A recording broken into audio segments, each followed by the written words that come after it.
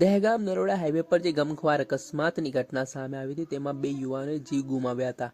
આ ઘટનામાં સફેદ કલરની ક્રેટા કાર ચાલકે રવિવારની રાત્રે 9:30 વાગ્યાની આસપાસ દારૂના ધૂત નશામાં હતો ને તે રિક્ષાને ઓવરટેકિંગ કરતા દરમિયાન તેનું સ્ટીયરિંગ પરથી સંતુલન ગુમાવતા તેની કાર ડિવાઈડર કૂદીને સામેની બાજુ જતી રહી હતી ને સામેથી આવી રહેલા એક્ટિવા ચાલકો સાથે કાર ભટકાતા બંને યુવાનોના મૃત્યુ નિપજ્યા હતા, જેમાં વાસણા રાઠોડના ગામના જે દહેગામ તાલુકામાં આવેલું ગામ છે ત્યાંના બંને યુવાનો હતા।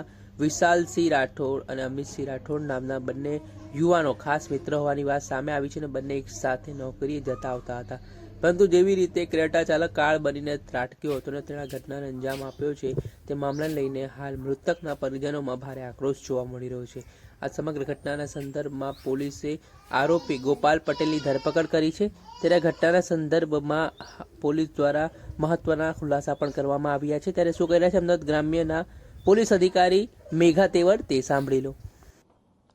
કણભા પોલીસ સ્ટેશન ખાતે તારીખ 1/12/24ના રોજ એક ટેલિફોન વર્દીના આધારે ગુનો નોંધવામાં આવેલો છે, જે BNS કલમ 105, 281, 125B તેમજ MV એક્ટ 177, 184 મુજબ લેવામાં આવેલો છે।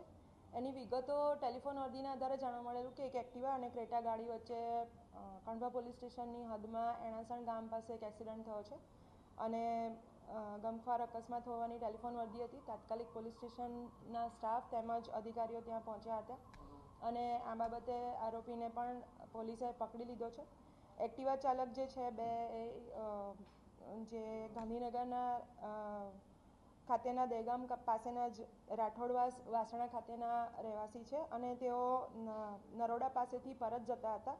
અમિતભાઈ જે ચાલક છે એ અને એમની પાછળ બેઠેલા વિશાલભાઈ, તો એક્ટિવાના બંને જે ચાલક અને એની પાછળના વ્યક્તિ છે એ બંનેનું ફેટલ અકસ્માતમાં મૃત્યુ નિપજ્યું હોવાનું જાણવા મળેલ અને આ બાબતે વધુ જાણકારી મેળવતા ખ્યાલ આવેલ કે એક્ટિવાની સાથે જે ગાડીનો અકસ્માત થયો છે તે ઓપોઝિટ સાઈડથી આવતી હતી અને ક્રેટા ગાડી હતી અને આ ગાડીનો માલિક છે જે ચાલક નીતેશ ઉર્ફે ગોપાલભાઈ રમેશભાઈ પટેલ, જે એ પણ દહેગામની હદમાં એનું ખેતર ધરાવે છે અને નરોડા પાસે એનું ઘર છે ત્યાં જતો હતો અને એ દરમિયાન એની ગાડી સંતુલન ગુમાવતા રોડની ઓપોઝિટ સાઈડ ડિવાઈડર થી છટકીને સામેની સાઈડ જતા એક્ટિવા સાથે ભટકાયેલી હતી અને એક્ટિવાની ઉપર ગાડી આવી જતા બંને જે એક્ટિવા સવાર છે એ લોકોનું મૃત્યુ થયેલું છે। આ બાબતે આરોપીને તુરત જ પકડીને પોલીસે તપાસ હાથ ધરેલી છે। FSL તેમજ અન્ય ટીમ્સને પણ અહીંયા બોલાવવામાં આવેલી છે। આ બાબતે આરોપી નશો કરેલી હોવાનું પ્રાથમિક દ્રષ્ટિએ જાણવા મળ્યું, જેના કારણે આ બાબતે MV એક્ટની પણ કલમો નોંધવામાં આવેલી છે અને આરોપીની મેડિકલ તપાસ તેમજ આ બાબતે એને કોઈ બીજી ઇન્જરી થઈ હોય તો તેની પણ વિગતો મેળવી એની દસ્તાવેજી પુરાવા એકઠા કરવાની હાલ કામગીરી ચાલુ છે।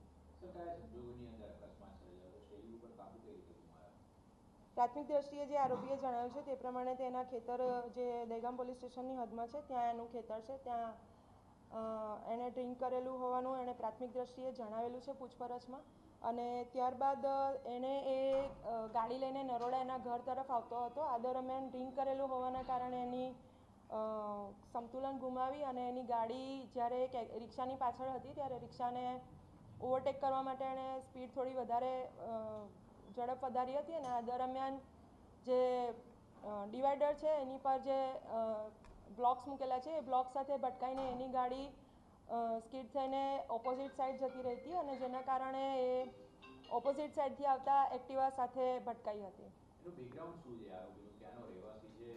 હતા અમદાવાદ ગ્રામ્યના પોલીસ અધિકારી મેઘા તેવર। તેમણે કહ્યું છે કે સમગ્ર મામલે પોલીસે પ્રોહિબિશન તેમજ અકસ્માત અંગે અલગ અલગ કલમો હેઠળ ગુનો નોંધીને કાયદેસરની કાર્યવાહી હાથ ધરી છે। સાથે જ હાલ એ વાત પણ સિદ્ધ થઈ છે કે આરોપી ગોપાલ પટેલ છે તે દારૂ પીધેલો હોવાની વાત પણ કહેવાઈ રહી છે। તે પોતાના ખેતર દહેગામ ખાતે પોલીસ સ્ટેશનના વિસ્તારમાં આવેલું છે। તે ખેતરમાંથી દારૂ પીને કાર લઈને ઘરે જઈ રહ્યો હતો અને આ દરમિયાન રિક્ષાને ઓવરટેકિંગ કરતા દરમિયાન આ ઘટના બની હતી। જે મામલાને લઈને હાલ જે આરોપી ગોપાલ પટેલ છે તે નરોડાનો રહેવાસી હોવાનું પણ વાત કહેવાઈ રહી છે। હાલ આ મામલાના સંદર્ભમાં પોલીસે અલગ અલગ કલમો હેઠળ ગુનો નોંધીને આરોપી સામે કડકમાં કડક કાર્યવાહીની માંગ કરી છે। સાથે જ બીજી તરફ પીડિત પરિવારો કહી રહ્યા છે કે આરોપી સામે એટલા કડક પગલાં લેવામાં આવે કે ભવિષ્યમાં આ પ્રકારે કોઈ યુવાનને જીવ ના ગુમાવવું પડે. દર્શક મિત્રો, એન કવરેજ ન્યૂઝને આપ લાઇક કરી લો, સબસ્ક્રાઇબ કરી લો.